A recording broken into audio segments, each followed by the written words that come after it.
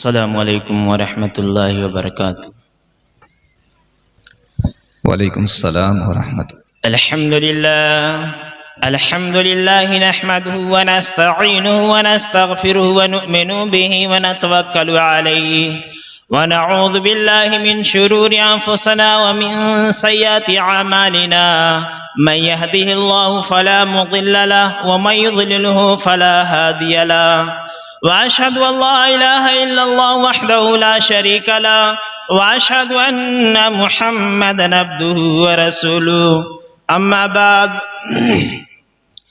Rabbi शरह ली सदरी व यस्सिर ली अमरी वहलुल उक़दतम मिन लिसानी यफ़क़हू क़ौली।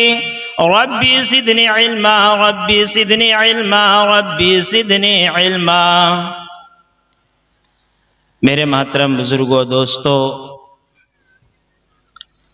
और स्टेज पर तशरीफ़ फरमा मुअज़्ज़ज़ उलमाए कराम, ये रात का काफ़ी हिस्सा गुज़र चुका है और ये समझिए कि सुनने का वक्त भी नहीं है, नींद जो है गालिब है। और मैंने ये तजर्बा किया है कि जब टाइम ज़्यादा हो जाता है तो कोई चीज़ बाउंस चली जाती है, कुछ समझ में नहीं आता है। लेकिन आप काबिले मुबारकबाद हैं कि आप अभी तक बेहतरीन तरीके से दीन की बातें सुन रहे हैं। ये इस बात की दलील है कि हम सबों को दीन से मोहब्बत है, क्योंकि जिस आदमी को जिस चीज से मोहब्बत होती है, चाहे वो कितना ही परेशानी क्यों न हो, कितना ही मुसीबत क्यों न हो, लेकिन उसकी बातों को मानता है और उसके अदाओं और नखरों को सुनने के लिए, उठाने के लिए तैयार रहता है। हमने अभी चतुर्वेदी साहब से ये बात सुनी कि इस सृष्टि के ऊपर, इस दुनिया के अंदर जितने भी इंसान हैं वो सब जो है एक माँ बाप से पैदा हुए हैं और सबके माँ बाप एक ही हैं और सबका खुदा जो है, गॉड जो है वो एक ही है, दो नहीं है।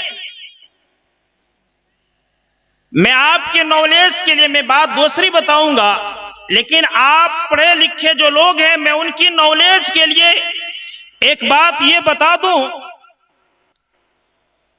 जो एकदम सादा अंदाज में है, जिससे आपको पता चलेगा कि वाकईतन हम एक माँ बाप से पैदा हुए हैं। इस दुनिया के अंदर जितने भी इंसान हैं वो सबके माँ बाप एक ही हैं। ये आपकी नॉलेज के लिए, जानकारी के लिए मैं बता रहा हूं कि आप मिसाल समझें कि हम अपने आप को आदमी कहते हैं। क्या कहते हैं? ये ध्यान से सुने, आपको नॉलेज के अंदर इजाफा होगा कि हम अपने आप को आदमी कहते हैं।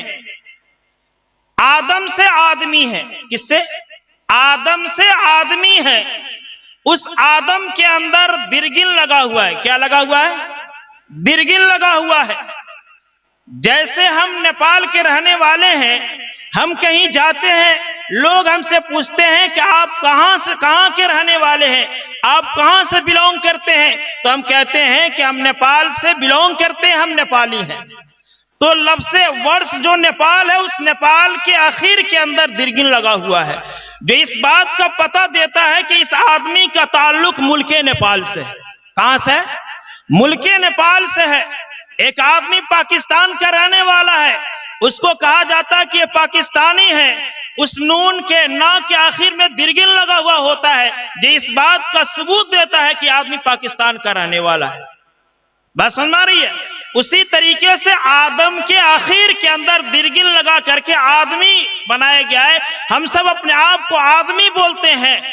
इससे पता चलता है कि हम सब का ताल्लुक जो है हजरत आदम से है, हजरत आदम से है। जितने भी इस दुनिया के अंदर इंसान हैं, उन सब का ताल्लुक जो है हजरत आदम से है, यानी सबके जो बाप हैं वह हजरत आदम है।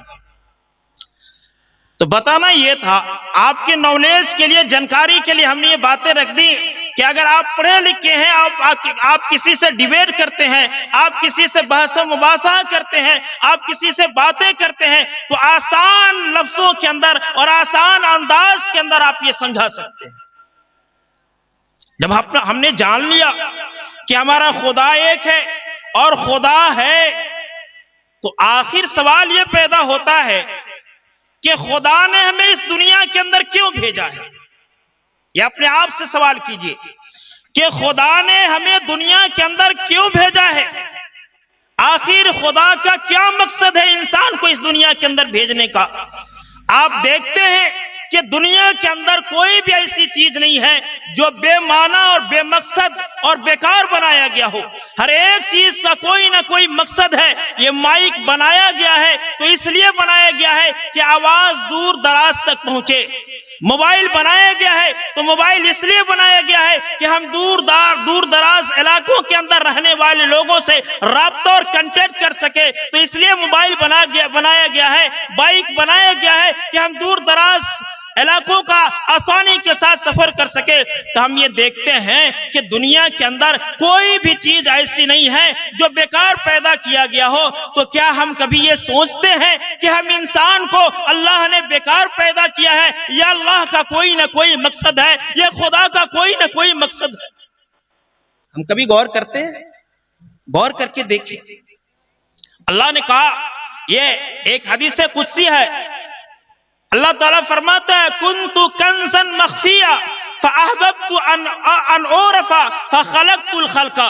मैं एक पोशीदा खजाना था, मैं दे जाना कि मैं पहचाना जाऊं, मैंने ये चाहा कि मेरी पहचान हो, मेरी तारीफ हो, तो मैंने मखलूक को पैदा किया। मैंने मखलूक को पैदा किया, यानी अल्लाह ताला की मारिफत के लिए, अल्लाह ने अपनी मारिफत के लिए, अल्लाह ने अपनी इबादत के लिए इन सारी मखलूकात को पैदा किया है। और दूसरी जगह अल्लाह ताला कुरान मजीद के अंदर फरमाता है, वमा खलक़तुल जिन्ना वल इंसा इल्ला लियअबुदून, कि हमने इंसान और जिन्नात को इसलिए पैदा किया है ताकि वो मेरी इबादत करे, ताकि वो मेरी इबादत करे। तो हमने कुरान करीम से और हदीस कुदसी से ये पता लगा लिया कि अल्लाह ताला ने, गॉड ने, ईश्वर ने हमें इस दुनिया के अंदर इसलिए पैदा किया है ताकि हम गॉड को पहचाने, ईश्वर को पहचाने, अल्लाह को पहचाने, खुदा को पहचाने, खुदा की इबादत करे। ये अल्लाह ताला हमें बताता है। मेरे मोहतरम बुजुर्गों, दोस्तों, अल्लाह ताला कुरान मजीद के अंदर फरमाता है कि वही जात है जिसने खलकल मौत वल हयात, कि जिसने जिंदगी और मौत को पैदा किया, लियब्लुवकुम अय्युकुम अहसनु अमला, ताकि हम देखें कि तुम में से बेहतरीन अमल करके कौन लाता है। यानी अल्लाह ताला ने इस दुनिया के अंदर हम सब इंसानों को इसलिए पैदा किया है ताकि हम खुदा की इबादत करें, ताकि हम खुदा की बंदगी करें, ताकि हम खुदा के सामने सजदा रेज़ हो। अल्लाह ताला ने हमें बेकार पैदा नहीं किया है। अब ये सुने कि अल्लाह ताला ने हमें एक मकसद के लिए पैदा किया है, हमें एक मकसद के तहत पैदा किया है। तो अगर हम खुदा ताला की मकसद के अंदर खरे नहीं उतरते हैं, अल्लाह ताला की मकसद को पूरा नहीं करते हैं, तो क्या अल्लाह ताला हमारे लिए आखिरत के अंदर ऐशो आराम की जगह देगा? आप मिसाल से समझे, समझने की बात है। मिसाल से समझे कि हमने एक लड़के को कुछ पैसा देकर के बाजार भेजा। आप शोर बंद कर दें और खामोशी के साथ सुने जो बातें हो रही हैं। हम इस जलसे के अंदर आए हुए हैं, किस मकसद के लिए आए हैं कि हम दीन की बात सुने और उसके ऊपर अमल करें। अगर हम दीन की बात नहीं सुनेंगे और उसके ऊपर अमल नहीं करेंगे तो फिर हमारे आने का कोई मकसद नहीं रहेगा, कोई मकसद नहीं रहेगा। आज हम दीन की बातों को इसलिए नहीं सुनते हैं कि हमें दीन से